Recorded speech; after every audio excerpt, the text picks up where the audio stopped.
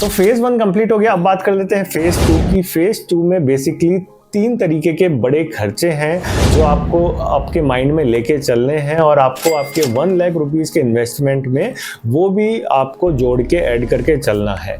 ठीक है, तो फेज 1 में जो हमने खर्चे करे उससे आपका पूरा बिजनेस सेटअप हो जाएगा, आपके प्रोडक्ट लिस्ट हो जाएंगे, लाइव हो जाएंगे। बट हमने ऐसा नोट करा है कि इतना कंपटीशन है मार्केट में कि आपको अमेजोन, फ्लिपकार्ट, मीशो जैसे मार्केट प्लेस पे एडवर्टाइजमेंट में भी खर्चा तो करना ही पड़ेगा। आप भले ही कम करें या ज्यादा करें, बट आपको एडवर्टाइजमेंट में थोड़ा बहुत खर्चा तो करना ही पड़ेगा। तो एड्स का खर्चा भी आपको कंसीडर करके चलना है डे 1 से ही, क्योंकि ये आपको मंथली बेसिस पे करना पड़ेगा। अब मिनिमम से मिनिमम मैं बताऊं तो आपको अप्रोक्सीमेटली 3000 रुपीज पर मंथ का खर्चा एड्स पे आएगा ही आएगा।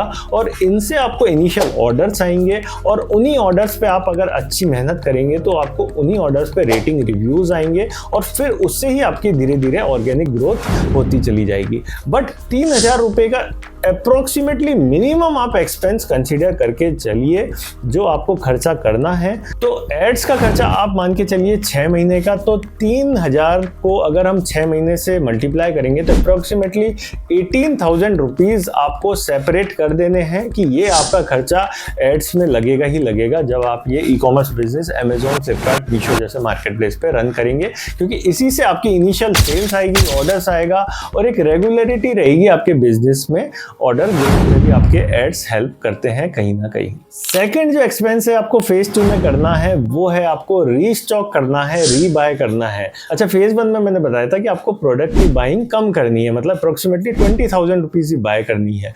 वो मैंने इसलिए बोला था क्योंकि फेज 2 में आपको वापस रीबाइंग करनी है। अच्छा, फेज 2 में आपको ये बात ध्यान रखनी है कि आप अप्रोक्सीमेटली 3 महीने काम करेंगे स्टार्टिंग के, तो आपको पता लग जाएगा कि किस किस एसक्यू पे इनिशियल रिस्पॉन्स आ रहा है, कौन कौन से एसक्यूज आपके बिक रहे हैं और बिक के एकदम खत्म होने वाले हैं या खत्म हो गए।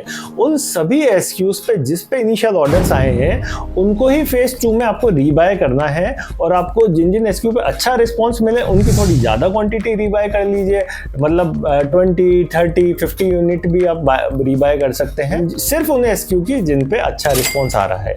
और जिन जिन एसक्यू पे आपको बिल्कुल भी अच्छा रिस्पॉन्स नहीं आया उनको बिल्कुल भी फेज 2 में आपको रीबाय नहीं करना है, क्योंकि हमें पता लग गया कि वो एसक्यूज कस्टमर को उतने समझ नहीं आ रहे, उसके कारण ही उनके ऑर्डर्स नहीं आ रहे हैं। तो फेज 2 में आपको रीबाइंग करनी है। अप्रोक्सीमेटली 15,000 रुपीज आपको माइंड में लेके चलना है कि आपको फेज 2 में रीबाइंग करनी पड़ेगी और वही करनी है आपको जिन जिन एसक्यू पे आपको अच्छा रिस्पॉन्स आया है उनका ही स्टॉक आपको रीबाय कर लेना है। तो ये खर्चा भी आपको माइंड में लेके चलना पड़ेगा। अब बात कर लेते हैं थर्ड इन्वेस्टमेंट की फेज 2 के।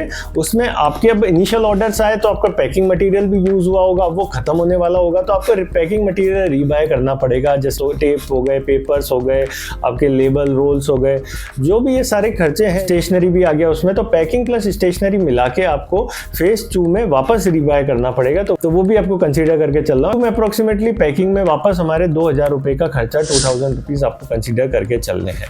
तो ये सब मिला के फेज 2 का खर्चा हो गया 35,000 का। तो फेज 1 में हमने करे 50,000 इन्वेस्ट, फेज 2 में हमने करे 35,000 इन्वेस्ट। अभी भी हमारे पास 15,000 रुपए बचे हैं, वो हमें एक्स्ट्रा हमारे बैंक अकाउंट में रख देने हैं। उनको खर्च बिल्कुल भी नहीं करना है, क्योंकि बिजनेस है, XYZ कुछ भी खर्चा कभी भी आ सकता है। तो उसके लिए आपको थोड़ी बहुत सेविंग आपके बैंक अकाउंट में रख देनी है। इसके अलावा के देखिए कि आप जब ये बिजनेस करेंगे 3, 4, 6 महीने हो जाएंगे आपको, तब आपका जो प्रोडक्ट बिकेगा, अगर आपने सही प्राइस पे रखा है तो उससे भी तो आपको जनरेट होगा रेवेन्यू। तो वो 15,000 में वो भी आपके ऐड हो जाएंगे और मैं मान के चल रहा हूँ 10, 15, 20,000 रुपए वो भी ऐड हो जाएंगे। ऐसे करके आपके बैंक अकाउंट में अराउंड 30,000 रुपीज का फ्यूल पड़ा रहेगा और वो आपको रखना चाहिए, क्योंकि हो सकता है जब बिजनेस डाउन हो तो आपको हो सकता है एडवर्टाइजमेंट का इन्वेस्टमेंट थोड़ा बढ़ाना पड़े, या फिर कोई स्टॉक एकदम से खत्म हो गया हो तो आप उसको रीबाय, बीच में भी रीबाय वापस करना पड़े। तो इसलिए आपको 30,000 रुपीज अप्रोक्सीमेटली बैंक में बच जाएंगे आपके, क्योंकि आपको 15,000 रुपए का जो पुराने जो प्रोडक्ट बिके हैं आपके इनिशियल, उससे रेवेन्यू आ जाएगा, सेल्स आ जाएगी, कटा के जो भी बैंक अकाउंट में आ जाएगा। अप्रोक्सीमेटली बात कर रहा हूँ मैं, आप समझिए, एकदम एग्जैक्ट फिगर पे नहीं बता सकते, पर अप्रोक्सीमेटली बात कर रहा हूँ मैं। और बाकी जो फेज 2 में हमारा खर्चा हुआ है वो 35,000 का हुआ है। तो हमारे पास 1 लाख रुपीज थे, फेज़ 1 में हमारे गए 50,000, सेकंड फेज़ में एक्सपेंस में गए हमारे 35,000, तो 15,000 तो हमारे वो बच गए, वो हमें एक्स्ट्रा रख देना है और 15,000 रुपये का हमारा अप्रॉक्सीमेटली रेवेन्यू हो जाएगा स्टार्टिंग के 2-3 महीने में। उससे ज़्यादा भी हो सकता है, मैं एकदम मिनिमम पकड़ के चल रहा हूँ, तो वो हमारे बैंक अकाउंट में 30,000 रुपये अप्रॉक्सीमेटली बच जाएंगे। अब इसके बाद क्या होगा, इसके बाद जब आप इस तरीके से मैनेज करके चलेंगे तो हो सकता है आपके बहुत ही अच्छे ऑर्डर्स आने लगे 4th मंथ से, 3rd मंथ से या 5th मंथ से, तो ये 15,000 की बजाय 50,000 भी बच सकते हैं। बट हम एकदम मिनिमम से मिनिमम जो वर्स्ट से वर्स्ट सिचुएशन आप लेके चलें और उसकी तैयारी करके चलें। बाकी अच्छा होता है तो वो वेल एंड गुड है, उससे हमें और फ्यूल मिलेगा, हमारा बिजनेस और बढ़ेगा, वो अच्छी बात है। बट नहीं बढ़ा तो भी हमारे पास फ्यूल होना चाहिए बैंक में मुश्किल सिचुएशन से लड़ने का। तो इस तरीके से आपको 1 लाख रुपीस का इन्वेस्टमेंट करना है। मैंने बहुत डिटेल वीडियो बनाया है, पूरा देखेंगे जब भी आपको समझ आएगी पूरी बात कि मैं कहना क्या चाहता हूं, और सुपर वैल्यू मिलेगी एक नए सेलर्स को, अपकमिंग सेलर को, क्योंकि वो समझ ही नहीं आता उनको कि हम कैसे खर्चा करें, कितना किस चीज में खर्चा करें, या कौन कौन से खर्चे आने वाले हैं फ्यूचर में जो हमें वापस करने पड़ेंगे।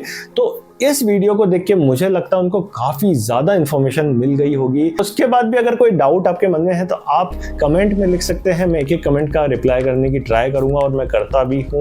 उसके अलावा हमारा इंस्टाग्राम पे भी पेज है, आप उसे भी फॉलो कर सकते हैं। हमारा व्हाट्सएप पे भी चैनल है, आप उसे भी ज्वाइन कर सकते हैं। इन सभी का लिंक आपको डिस्क्रिप्शन में मिल जाएगा। उसके अलावा भी अगर आपको कोई दिक्कत, डाउट, कन्फ्यूजन आता है तो मैंने व्हाट्सएप नंबर भी स्क्रीन पर दिया गया है, आप उस पर मैसेज करके अपने डाउट पूछ सकते हैं। अब आपको ई कॉमर्स बिजनेस स्टार्ट करना है या आपका ऑलरेडी बिजनेस है उसको आपको ग्रो करना है अमेजोन, फ्लिपकार्ट या मीशो पे, तो भी आप हम नीचे दिए गए व्हाट्सएप नंबर पे हमसे कांटेक्ट कर सकते हैं।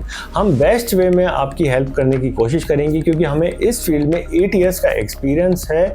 बाकी आपको दी गई इन्फॉर्मेशन आपको पसंद आई होगी, पसंद आई है तो प्लीज़ इस वीडियो को लाइक करिए, ये हमें मोटिवेट करता है, और साथ में चैनल को सब्सक्राइब करे बिना मत जाइएगा। तो मिलते हैं नेक्स्ट वीडियो में, बाय।